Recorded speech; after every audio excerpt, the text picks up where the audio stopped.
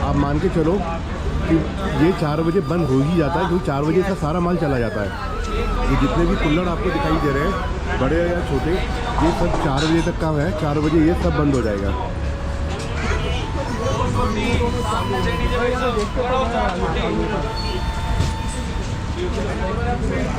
और ये MI road पे है। MI रोड का मतलब है मोहम्मद इस्माइल रोड। ये देखो टाइम भी इसमें लिखा हुआ है 7 AM until 4 PM। 4 बजे के आसपास ये ख़त्म होता ही होता है। जब इनका ख़त्म होगा तब उन बराबर 2 वालों का चालू होगा। चलिए बने रहिए, आगे किसी ऐसे ही फूड ब्लॉग आपको दिखाता हूँ। दोस्तों जयपुर आए हुए हो तो आप इस जगह को मिस नहीं कर सकते। इस जगह का नाम है मसाला चौक। जी हाँ, और देखिए कितने सारे आउटलेट खुले हुए हैं। वाओ! तो अगर आप जयपुर में हैं तो आप ज़रूर यहाँ पे आइएगा। आपको डिफरेंट फूड ऑफ वैरायटी मिल जाएंगे।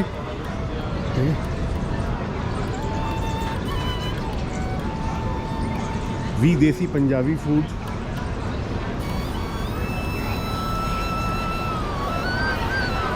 तो बड़ा अच्छा बनाया हुआ है कि आपको कुछ भी खाना है तो यू कैन ईट। जैसे हमारे उसमें नहीं होता है दिल्ली वगैरह में, अगर हम देखेंगे तो हट्स होती हैं।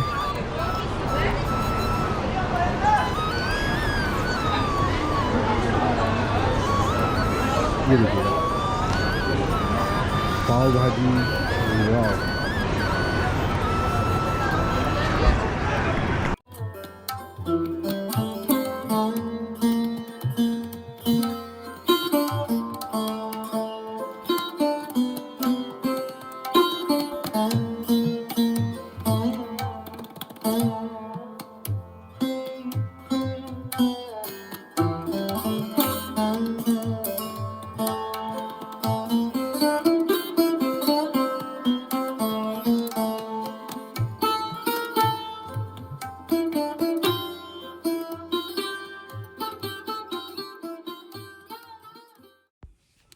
चलिए तो अब हम आगे चलते हैं और मैं आपको बताता हूँ एल्बर्ट हॉल म्यूज़ियम के बारे में।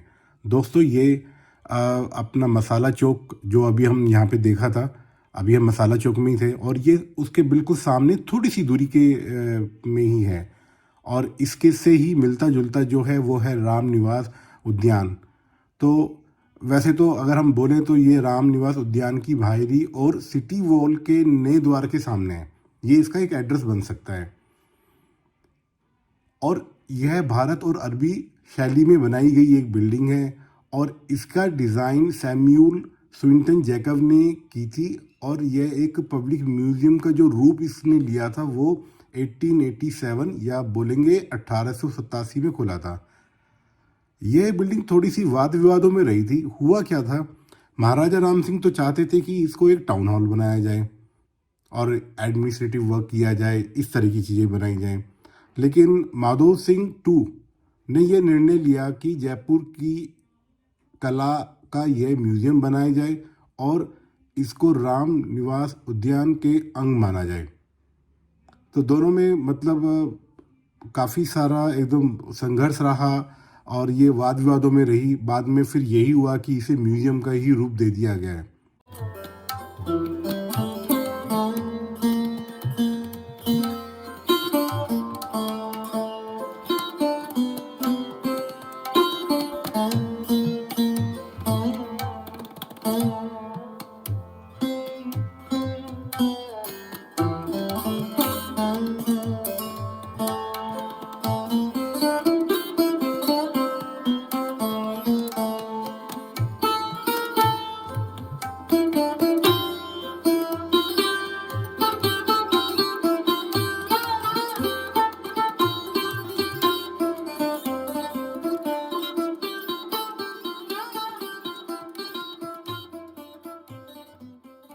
अब महाराज लड़ाई करने जाते थे या जो भी राजा लड़ाई करना जाते थे, तो वो ऊपर टॉप से लेके और बिल्कुल फुट तक एक क्या कहेंगे, लोहे का एक ऐसे वस्त्र पहनते थे जिससे उनको नुकसान ना पहुँचे।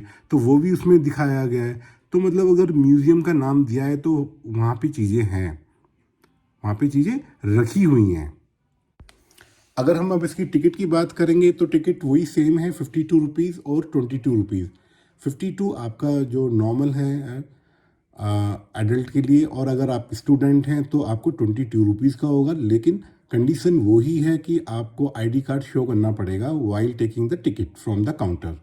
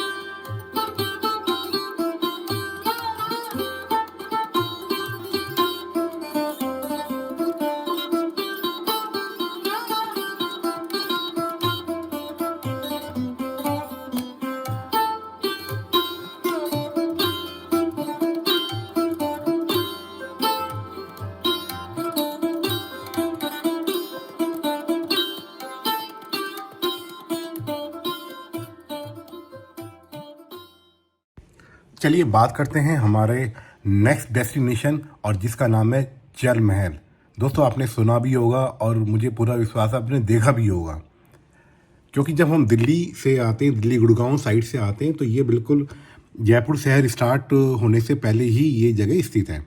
और इसी के पास से ऊपर नारगढ़ और अम्बेर किला जो है हमारा, आमेर किला, उसके लिए भी रास्ता जाता है पहाड़ी के ऊपर। दोस्तों ये जो महल है आपने देखा होगा, ये इसके 2-3 फ्लोर तो पानी के अंदर हैं और 2-3 फ्लोर उसमें ऊपर दिखाई दे जाते हैं। और ये मानसागर झील के बिल्कुल सेंट्रल में बना हुआ है। इसकी इसकी हैसियत, इसकी कीमत आप दूसरे महलों से कम मत जानिएगा। दोस्तों अरावली पहाड़ियों के बिल्कुल बीचों बीच यह महल झील में होने के कारण इसको आईबोल भी कहा जाता है। और माना तो ऐसा भी जाता है कि इसको रोमांटिक महल के नाम से भी जाना जाता था, क्योंकि हमारे राजा सवाई जयसिंह ने ये महल बनवाया था और इसको इन्होंने स्क्वायर शेप दिया था यहाँ पे। ठीक है, बनवाया किस लिए थे? जब सवाई जयसिंह ने अपने जो राजा थे उन्होंने अश्वमेध यज्ञ किया था। ठीक है जी, यज्ञ के बाद क्या हुआ, उन्होंने अपनी रानियों और पंडित के साथ स्नान करने के लिए महल ही पूरा बनवा दिया। माय गॉड, इस महल के निर्माण से पहले क्या करना पड़ा? इस महल के निर्माण से पहले मानसिंह साहब ने क्या किया, जो एक नदी थी, गर्भावती नदी थी, जो कि पूरे जयपुर को पानी दिया करती थी, उस पर एक बांध बनवाया।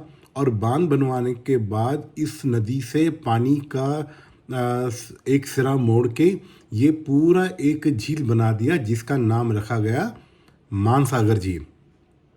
तो ये ऐसे नहीं है कि ये पहले से यहाँ पे झील थी, ये एक आर्टिफिशियल झील बनवाई गई थी उस टाइम के लिए, नदी का रुख मोड़ के। और इसका जो निर्माण हुआ था वो 1699 में हुआ था। अच्छा, जब इसे बनवाया जा रहा था तब क्या किया, जब राजपूत शैली से तैयार गई जो नौकाएं थी उनकी मदद ली गई।